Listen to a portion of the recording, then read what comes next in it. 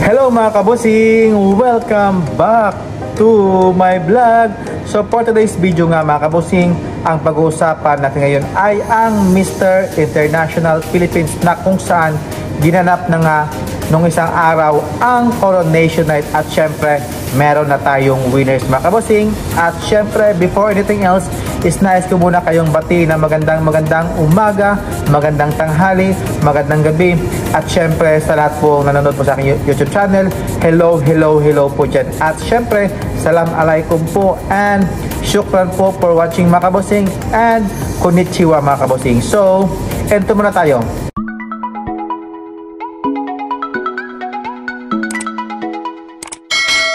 So ayun mga kabosing, meron na nga tayong winners sa Mr. International Philippines 2025 na kung saan grabe talaga, puksaan talaga ang laban ng mga kabosing sa 38 contestant mga kabosing at syempre down to top 22.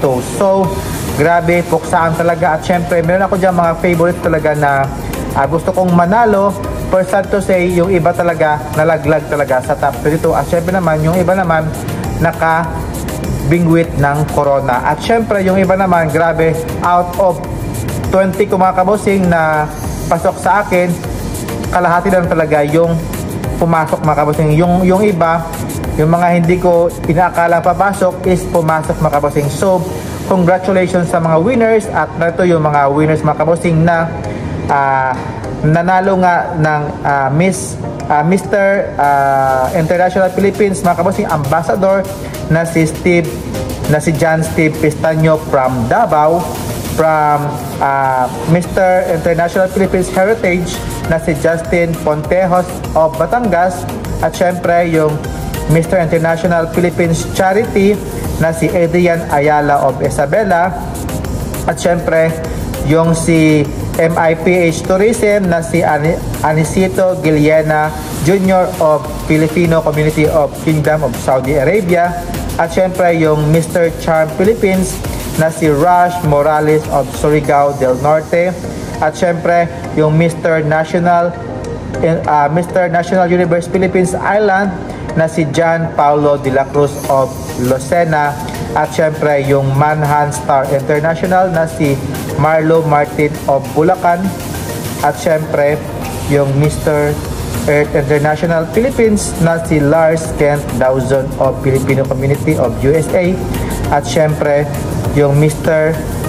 Model International Philippines na si Jose Carlos Taras of Metro Clark, Pampanga, at syempre yung Mr. National Universe Philippines na si Simon Javier of Las Piñas, at syempre yung nanalo nga dyan mga kabosing na Mr. International Philippines na si Lloyd Garcia of Manila. Grabe kaya mga kabosing, yung puksaan talaga ang labanan mga kabosing when it comes sa male pageant ng Pilipinas. So sa natin daw, congratulations mga kabosing, at syempre grabe, kudos sa mga winners at yung mga hindi pa nakapasok, at syempre sa mga hindi nanalo, better luck next time. Syempre meron talaga dyan mga kabosing, yung grabe talaga yung katawan nito mga kabosing, si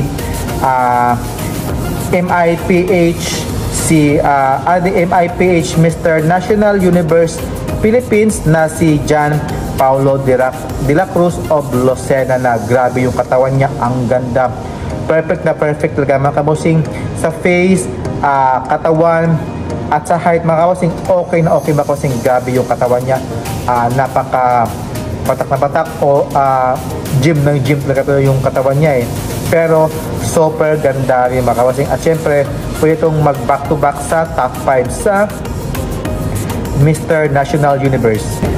At syempre mga kabosing, yung sa kanyang performance mga kabosing, sulit na sulit talaga itong from Lucena na si nawala na yun na si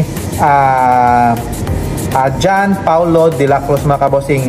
Ito yung kanyang clip mga kabosing, yung kanyang body, yung kanyang pinakita, sobra talagang ganda. At syempre yung pambatoy natin na si Lloyd Garcia from Manila, na siya ang nanalo bilang isang Mr. International Philippines.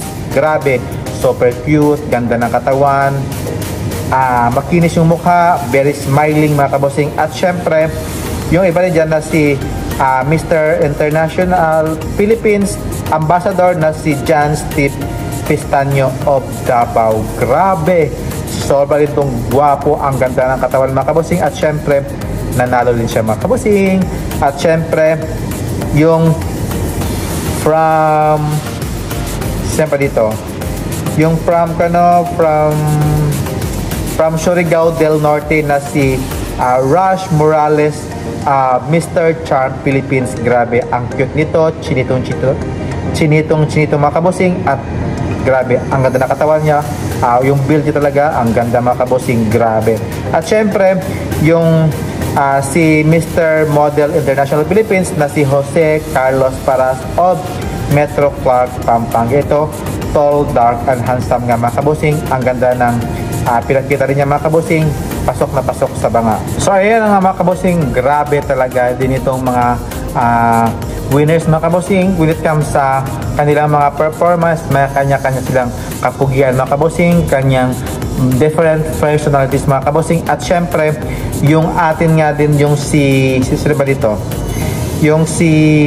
Mr. National Universe Philippines na si Simon Javier of Las Piñas. Grabe, napakalakas na kanyang confident, at syempre ganda rin ang kanyang katawan, from fat to thin nga mga kabosing. At ngayon nanalo na nga siya bilang isang Mr. National Universe Philippines na ilalaban niya sa bansang Thailand this year nga mga kabosing. At syempre maraming salamat mga kabosing for watching, at thank you for your support. At syempre please subscribe my YouTube channel.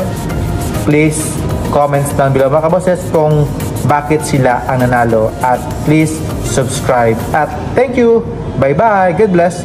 Mwah.